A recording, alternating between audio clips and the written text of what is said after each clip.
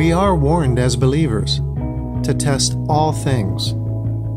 Be certain that they are true, because you can be mistaken.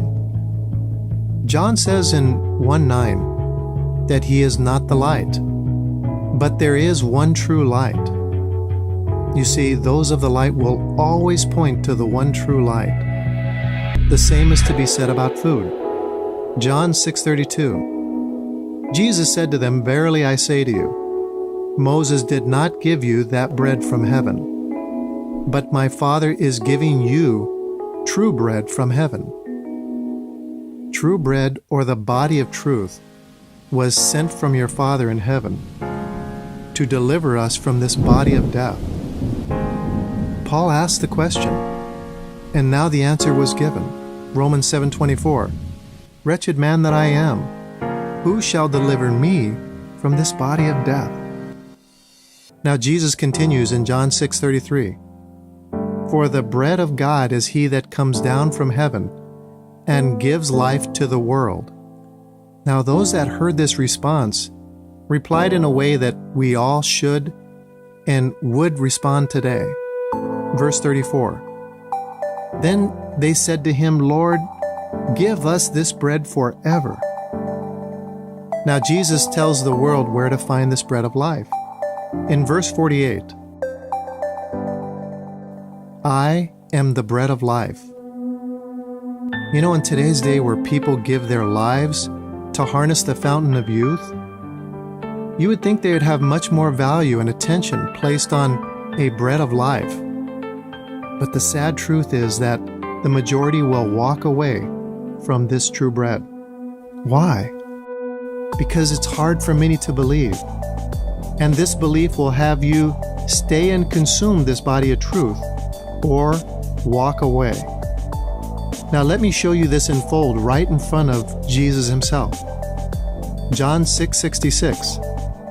Let me first say the number of this verse is strange, because it describes those that fall away. The verse says, "From that time many of his disciples walked back and walked no more with Jesus."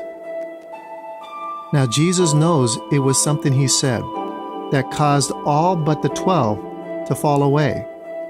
So he turns and asks in verse 67, "Then Jesus said to the 12, Will you also go away?" Wow.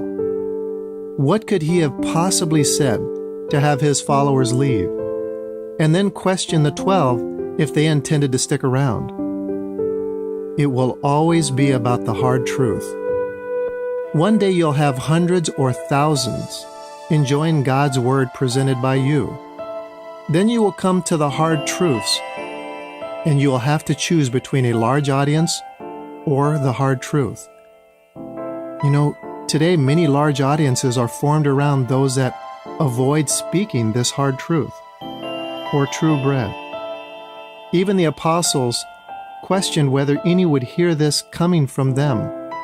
Verse 60, "Many therefore of his disciples, when they heard this, said, This is a hard saying.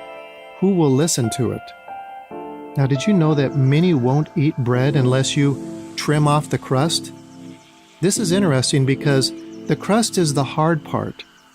It is the part subjected to the most heat, usually positioned at the bottom, and without sweet appeal, it is rejected by the flesh. So who does this remind you of? Remember, the manna from heaven, as they called it, was described as sweet, like honey, and had to be gathered in pots because it was subject to corruption. Food that appeals to the flesh is not food served by the Spirit, and does not come from heaven, and won't keep you from death. So here's the hard truth. The hard truth that many will walk away from, and the apostles questioned if any would even listen to it. Not all that falls from the sky comes from the heavens. Not all bread freely given is spiritual food. Did you know that arsenic is 99% bread and only 1% poison? It is not the bread that will kill you. John 6:58. This is the bread which came down from heaven, not the manna your fathers ate and are now dead. He that eats this bread will live forever. This is food that I provided to my family for years.